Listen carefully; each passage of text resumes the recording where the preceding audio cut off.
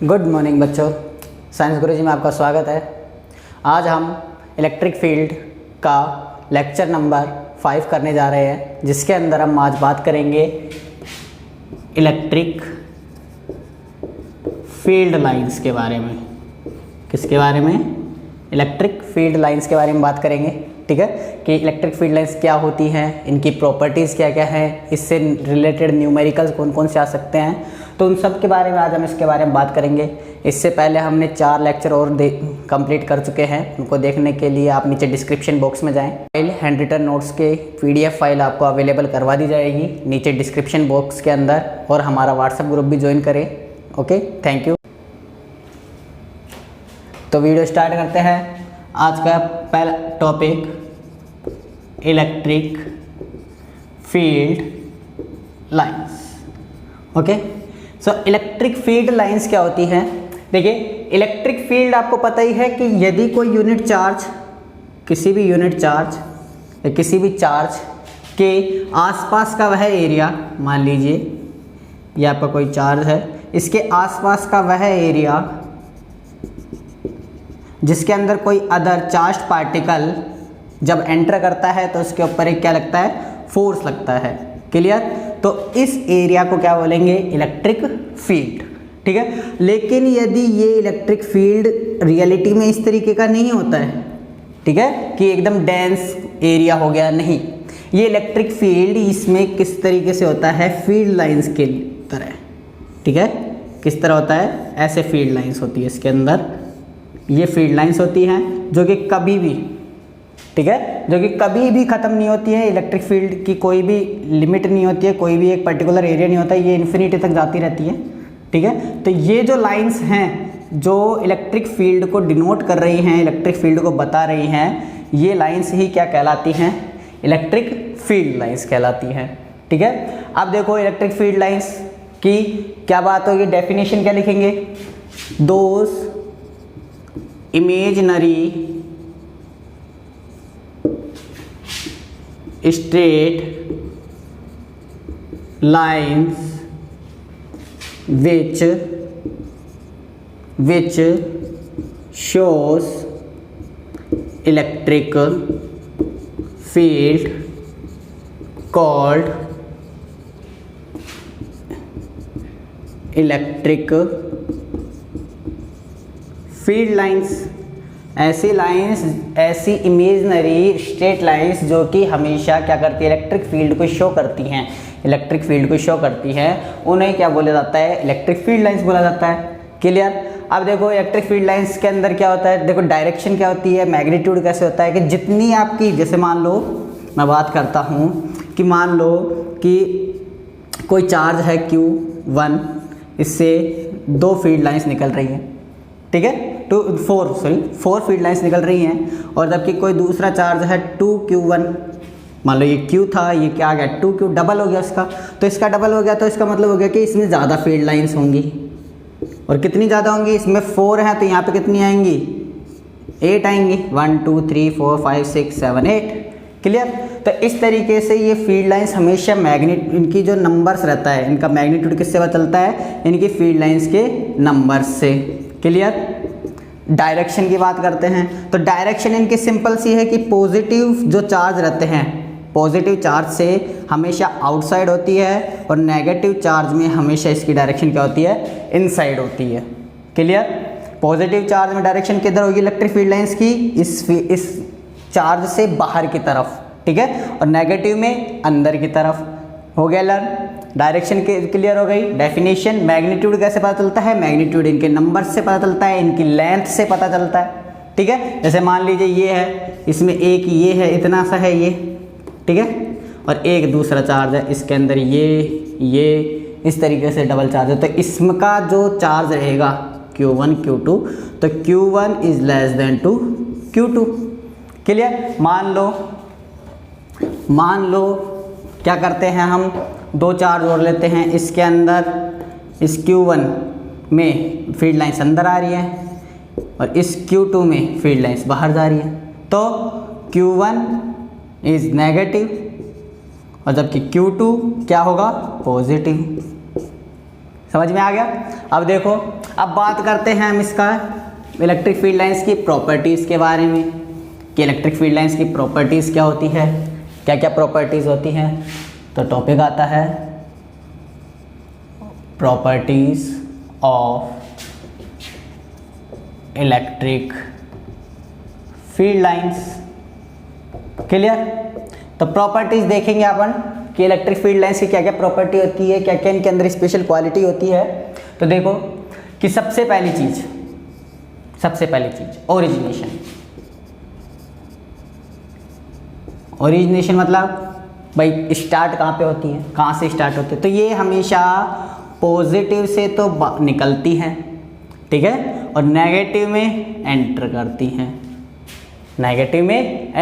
अंदर की तरफ आती हैं ये फील्ड लाइंस, और पॉजिटिव में बाहर की तरफ जाती हैं। समझ में आ गया। सेकंड क्या आएगा, सेकंड आएगा कि ये electric field lines are always straight lines, कि ये हमेशा कैसी रहेंगी, स्ट्रेट लाइन रहेंगी कभी भी, ठीक है, straight lines which never ends, जो कि कभी ख़त्म नहीं होती हैं, ठीक है, कभी भी ये ख़त्म नहीं होती, ये इन्फिनिटी तक जाती हैं, कभी भी इनका कोई भी ऐसे लिमिट नहीं आती है कि यहाँ से चल के यहाँ पे ख़त्म हो जाएंगी, वो इन्फिनिटी तक जाएंगी। चाहे उनकी इंटेंसिटी जो रहेगी वो कमज़ोर होती जाएगी, लेकिन ये चलती कहाँ तक हैं, इन्फिनिटी तक चलती हैं। थर्ड क्या आएगा कि ये हमेशा electric field lines are subjective का मतलब हो गया कि आपने मान लो कि ये जरूरी नहीं है कि Q1 से हमेशा 4 ही निकलें, आप अपने हिसाब से Q1 ले लिए, उसके अंदर 4 निकाल दी फील्ड लाइंस। Clear, positive. अब मान लो आप लेते हो 2Q1 मतलब Q1 का डबल, तो subjective as your choice, but these are क्या, रिलेटिव डेंस है, दीज हैव रिलेटिव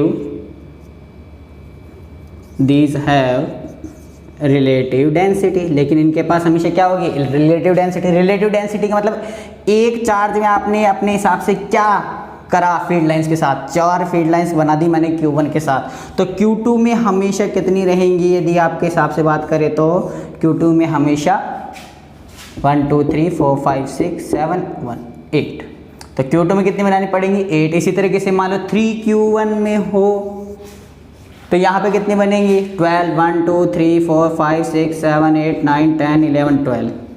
क्लियर। तो इस तरीके से जो इलेक्ट्रिक फील्ड लाइंस रहते हैं वो सब्जेक्टिव रहती हैं, आपकी चॉइस से आप कितनी भी फील्ड लाइंस को आप रेशियो ले सकते हो, लेकिन उनका रेशियो हमेशा क्या रहेगा, आपके लिए इक्वल रहना चाहिए, ठीक है। 3 प्रॉपर्टीज हो गई, राइट कर लो इसको, राइट कर लो बेटा, एक नोट्स बनाते रहा करो टाइम पे, क्योंकि वो बहुत काम आएंगे आपके। यदि नोट्स नहीं बनाओगे तो आपका कुछ भी नहीं होगा। नेक्स्ट देखते हैं, पॉज करके लिख लिया करो।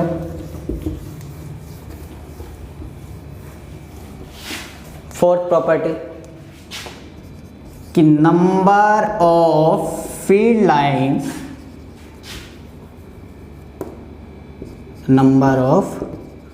Lines are directly proportional to the magnitude of charge.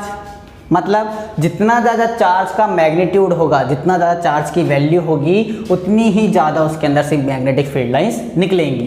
कि यदि आपसे पूछे number of magnetic field lines of Q1 Q and box दे दें आपको कि आपको बताना है कौन सा बड़ा है कौन सा छोटा है, ठीक है। Number of magnetic field lines of Q, number of magnetic field lines in 5Q, तो कौन किस में आएगा, कौन बड़ा आएगा, ये वाला। मान लो ये 9Q था तो ये वाला। यदि दोनों इक्वल होते Q एंड Q तो दोनों में नंबर ऑफ फील्ड लाइंस हमेशा क्या होंगी, इक्वल होंगी। क्लियर हो गया। अब देखिए नेक्स्ट प्रॉपर्टी, इसी के नीचे लिख देता हूँ। फिफ्थ क्या कहता है? फिफ्थ कहता है कि ये these are always perpendicular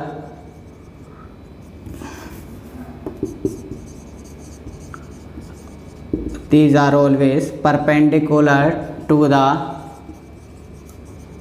surface of charge, कि ये हमेशा चार्ज के सरफेस के कैसे रहेंगी? परपेंडिकुलर रहेंगी। मान लो ये चार्ज हैं तो इलेक्ट्रिक फील्ड लाइन जितनी भी रहेंगी वो इसके क्या रहेंगी? हमेशा परपेंडिकुलर रहेंगी। ये कभी भी 90 डिग्री से कम नहीं बनाएंगी या 90 डिग्री से ज़्यादा नहीं बनाएंगी। क्लियर? हमेशा कैसे होती है? परपेंडिकुलर होती हैं। सिक्स्थ क्या है? कि दे या two electric field lines never intersect each other. Electric field lines कभी भी एक दूसरे को इंटरसेक्ट नहीं करती हैं। क्यों नहीं करेंगे? मान लीजिए कोई दो इलेक्ट्रिक फील्ड लाइंस हैं, ये और ये, ठीक है। पहले एक चीज़ मैंने आपको बताना भूल गया मैं डायरेक्शन के मामले में, कि देखो इलेक्ट्रिक फील्ड लाइंस हमेशा किसको बताती हैं? मैग्नेटिक फील्ड की डायरेक्शन को बताती हैं। मान लीजिए इलेक्ट्रिक फील्ड लाइंस ये जा रही हैं, क्या? इलेक्ट्रिक फील्ड लाइंस ये जा रही है, तो ये इस तरीके से जा रही है। दूसरी तरफ इलेक्ट्रिक फील्ड लाइंस मान लो ये नेगेटिव है तो इसके अंदर इस तरीके से चल जाएंगी, इसमें एंटर हो जाएंगी, ठीक है। ये पॉजिटिव आ गया। तो यहाँ पे मान लो इस पॉइंट पे अपन को इलेक्ट्रिक फील्ड की डायरेक्शन निकालनी है। इलेक्ट्रिक लाइंस किसको बताएंगे? इलेक्ट्रिक फील्ड की डायरेक्शन को बताएंगी। और इलेक्ट्रिक फील्ड की डायरेक्शन क्या होगी? जो इसके ऊपर क्या खींची जाएगी? टेंजेंट खींची जाएगी। उस टेंजेंट से क्या होगा? इलेक्ट्रिक फील्ड की डायरेक्शन पता लगती है। तो यहाँ पे टेंजेंट ये खींची इस पॉइंट पे, तो इस पॉइंट पे ये टेंजेंट आपको बता रही है कि इलेक्ट्रिक फील्ड की डायरेक्शन क्या है? पॉजिटिव टू नेगेटिव है, ठीक है। क्लियर? समझ में आ गया? तो इलेक्ट्रिक फील्ड लाइंस कभी भी एक दूसरे को नहीं काटती हैं, बिकॉज क्यों भाई? देखो दो इलेक्ट्रिक फील्ड लाइंस आ गई, ये एक दूसरे को यहाँ पे काटती, तो इसकी दो टेंजेंट हो गई, एक तो ये हो गई, एक यहाँ हो गई, दो डायरेक्शन में हो गई। और एक पॉइंट पे इलेक्ट्रिक फील्ड की टू डायरेक्शंस क्या है? इम्पॉसिबल हैं, वो कभी भी नहीं होंगी, ठीक है। Two electric field lines never intersect each other because if they intersect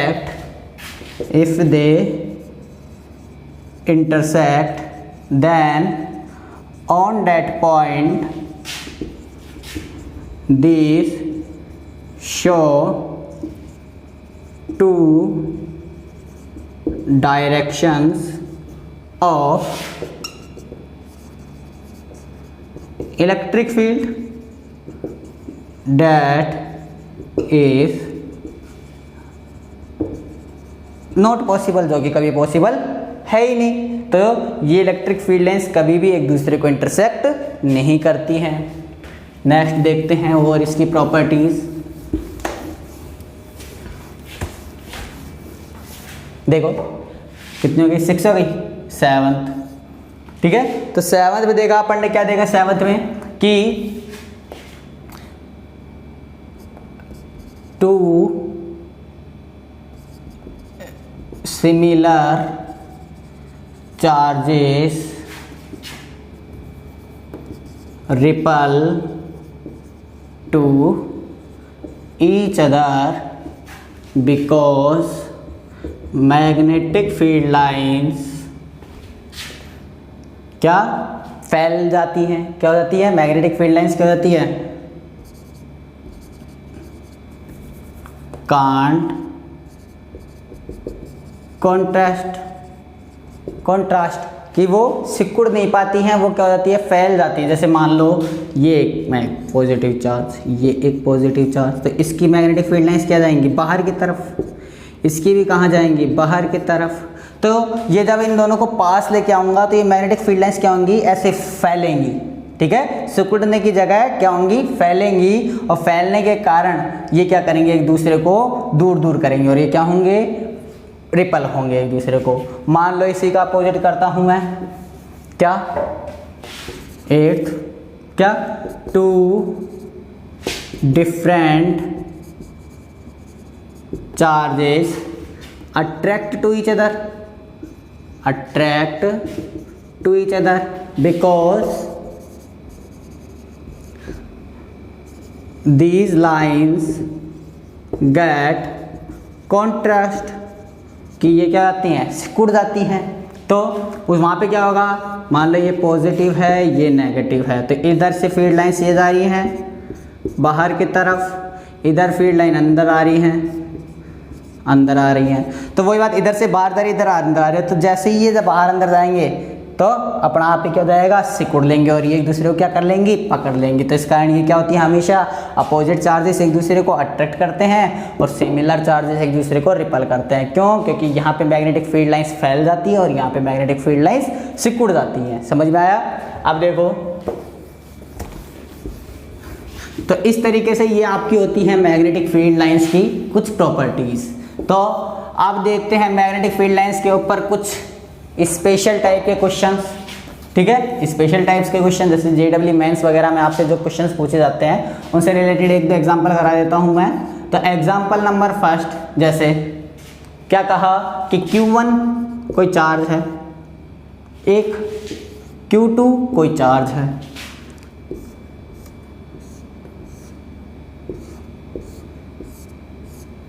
ठीक है, ये इधर आया और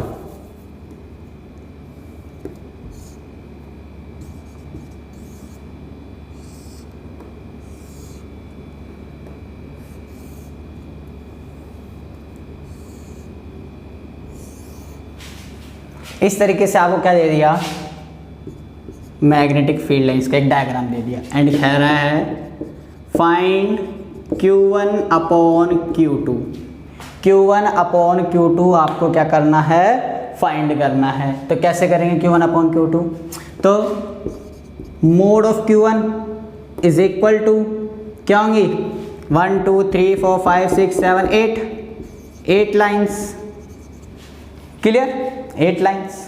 और मोड ऑफ Q2 कितनी हो गई, 1 2 3 4 lines, 4 lines, clear. So Q1 upon Q2 8 upon 4 equals to 2, clear. अब देखो यहाँ पे एक चीज़ ध्यान रखना है आपको, यहाँ पे एक सिंबल यूज में लेना है। क्या ये मैग्नेटिक फील्ड लाइंस दोनों फैल रही हैं या एक दूसरे की तरफ सिकुड़ रही हैं, सिकुड़ रही हैं, पास पास आ रही हैं, पास पास आ रही हैं। तो यहाँ से क्या पता चलता है कि दोनों में से कोई एक चार्ज नेगेटिव है, कोई एक पॉजिटिव है। तो नेगेटिव को पॉजिटिव से करें या पॉजिटिव को नेगेटिव से करें, आंसर आने वाला किस में है, नेगेटिव में। तो हम क्या कहेंगे कि Q1 अपॉन Q2 का रेशियो क्या आएगा, -2, क्लियर। यहाँ पे ये माइनस किसको डिनोट कर रहा है कि इन दोनों में से कोई एक चार्ज क्या है, अपोजिट है या नेगेटिव है, कोई एक चार्ज पॉजिटिव, मतलब दोनों चार्ज एक दूसरे क्या है, अपोजिट हैं, सिमिलर चार्जेस नहीं है। कर लो, राइट कर लो बेटा, कर लो अच्छे से।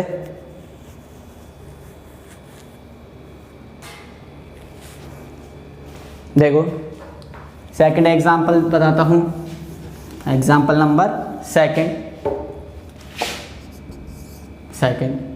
मान लीजिए Q1 दे दिया आपको ये, ठीक है, और Q2 दे दिया आपको ये। फिर आपको बताना विच इज ग्रेटर, कौन ग्रेटर है, Q1 और Q2। Q1 और Q2 में किसकी वैल्यू बड़ी है। तो हमेशा ध्यान रखना कि ये जो रहती हैं फील्ड लाइंस, इनकी एक प्रॉपर्टी और नोट कर लेना कि these are always symmetrical.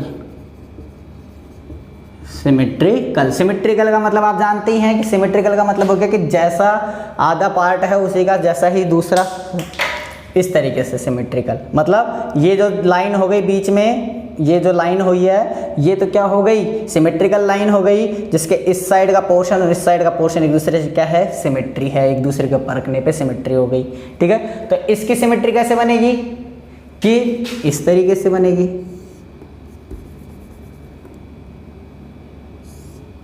Clear. अब मेरे को मान लीजिए, इसको मान लिया मैंने अल्फा और इसको मान लिया मैंने बीटा। तो आप मेरे को ये बताइए कि अल्फा और बीटा में कौन बड़ा होगा, अल्फा बड़ा होगा या बीटा बड़ा होगा? सीधी सी बात है, alpha is greater than to beta. अब मेरे को एक बात बताओ, ये अल्फा ज़्यादा है, ज़्यादा बड़ा एंगल है, ये कम एंगल है। ज़्यादा एंगल कब बनेगा? जब इसके इतनी ही एंगल पे दूसरी हो, इतने ही एंगल पे तीसरी हो। क्लियर? तो 4 ही बनी इसमें, अल्फा अल्फा अल्फा। लेकिन यहाँ पे बीटा कम है तो कम है तो कम लाइनों में ज़्यादा, कम एंगल पे ज़्यादा लाइनें बनेंगी ऑटोमेटिक। कम लाइनों पे ज़्यादा, कम एंगलों पे ज़्यादा लाइनें बनेंगी। यहाँ पे एंगल छोटा छोटा है तो छोटे छोटे ज़्यादा एंगल बनेंगी। सीधी सी बात पता चल गई क्या कि इसकी फील्ड लाइंस क्या होगी? Number of field lines of Q1 is क्या? Less and number of electric field lines of Q2। Q1 और Q2 में इलेक्ट्रिक फील्ड लाइंस किसकी ज़्यादा हो गई? Q2 की। So Q2 is greater than to Q1, इसलिए Q2 क्या हो गया? Q1 की अपेक्षा बड़ा हो गया। मतलब जिसमें एंगल कम बनेगा उसकी वैल्यू हमेशा ज़्यादा होगी, जिसमें एंगल ज़्यादा बनेगा उसमें वैल्यू हमेशा कम होगी। ठीक है? क्लियर? कोई डाउट नहीं होना चाहिए। एक लास्ट एग्जांपल करके अपने इस लेक्चर को ख़त्म करते हैं। देखिए लास्ट एग्जांपल थर्ड। मान लीजिए आपको कहता है कि ABC,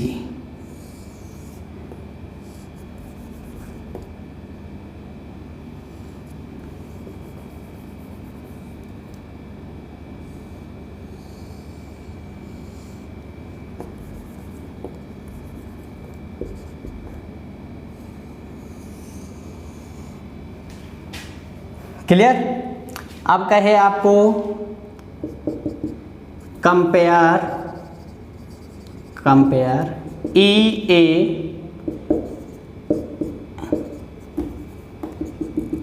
EB and EC। Electric field of A, electric field of B और इलेक्ट्रिक फील्ड ऑफ C, इन तीनों के मैग्नीट्यूड में आपको कंपेयर करना है कि किसका ज़्यादा रहेगा, किसका कम रहेगा, किसका सबसे कम रहेगा। तो यहाँ पे देखिए कि मैग्नेटिक फील्ड लाइंस जिस जगह पे पास होती हैं, जहाँ पे जितनी ज़्यादा डेंस होती हैं, एक तो मान लीजिए आपके पास ये मैग्नेटिक फील्ड लाइंस है, एक आपके पास मैग्नेटिक फील्ड लाइंस ये है, ठीक है, और एक मैग्नेटिक फील्ड लाइंस ये है। तो यहाँ पे किसकी मैग्नेटिक फील्ड लाइंस की सबसे ज़्यादा है? इसमें डेंसिटी सबसे ज़्यादा है। जहाँ पे डेंसिटी सबसे ज़्यादा होती है तो उसके मैग्नेटिक फील्ड की वैल्यू क्या होती है? उतनी ही ज़्यादा रहेगी। यहाँ पे डेंसिटी उतनी कम, इससे कम है लेकिन इससे ज़्यादा है, तो इसकी मैग्नेटिक फील्ड लाइंस, इसका मैग्नेटिक फील्ड इससे क्या होगा? थोड़ा सा ज़्यादा, लेकिन इससे क्या होगा? थोड़ा सा कम, लेकिन इससे क्या होगा? ज़्यादा। और इसमें सबसे दूर हैं, डेंसिटी सबसे कम है मैग्नेटिक फील्ड लाइंस की, तो इसके अंदर मैग्नेटिक फील्ड सबसे कम रहेगा। क्लियर? तो अब देखो इसी टॉपिक को समझते हुए अपन ये एग्जांपल करते हैं कि यहाँ पे मैग्नेटिक फील्ड लाइंस किस पे सबसे ज़्यादा है? EA पे। तो EA ज़्यादा है सबसे। उससे पास देखो B पे तो बहुत दूर है, C पे पास आ गई, तो C पे थोड़ी सी पास है तो EC, और सबसे कम किस पे आएगी? EB पे। क्लियर? सबसे ज़्यादा इलेक्ट्रिक फील्ड किसका होगा? A पॉइंट का, उससे कम C का, और सबसे कम B का। तो इस तरीके से आपके प्रॉपर्टीज से रिलेटेड कुछ न्यूमेरिकल्स भी आ गए आपके, ठीक है, उसके कुछ थ्योरेटिकल प्रॉपर्टीज आ गई, डेफिनेशन आ गई, मैग्नीट्यूड आ गया, किस तरीके से इनके मैग्नीट्यूड की वैल्यू देखी जाती है। तो इलेक्ट्रिक फील्ड का टॉपिक आपका यहाँ पे कंप्लीट होता है। समझ में आ गया? कोई दिक्कत नहीं होनी चाहिए। इलेक्ट्रिक फील्ड खत्म हो गया, इलेक्ट्रिक फील्ड लाइंस आपके कंप्लीट होती है। नेक्स्ट चैप्टर में हम, या नेक्स्ट लेक्चर के अंदर हम कि इलेक्ट्रिक फ्लक्स के बारे में बात करेंगे, टॉर्क के बारे में बात करेंगे, और कुछ 1-2 एग्जाम्पल करेंगे।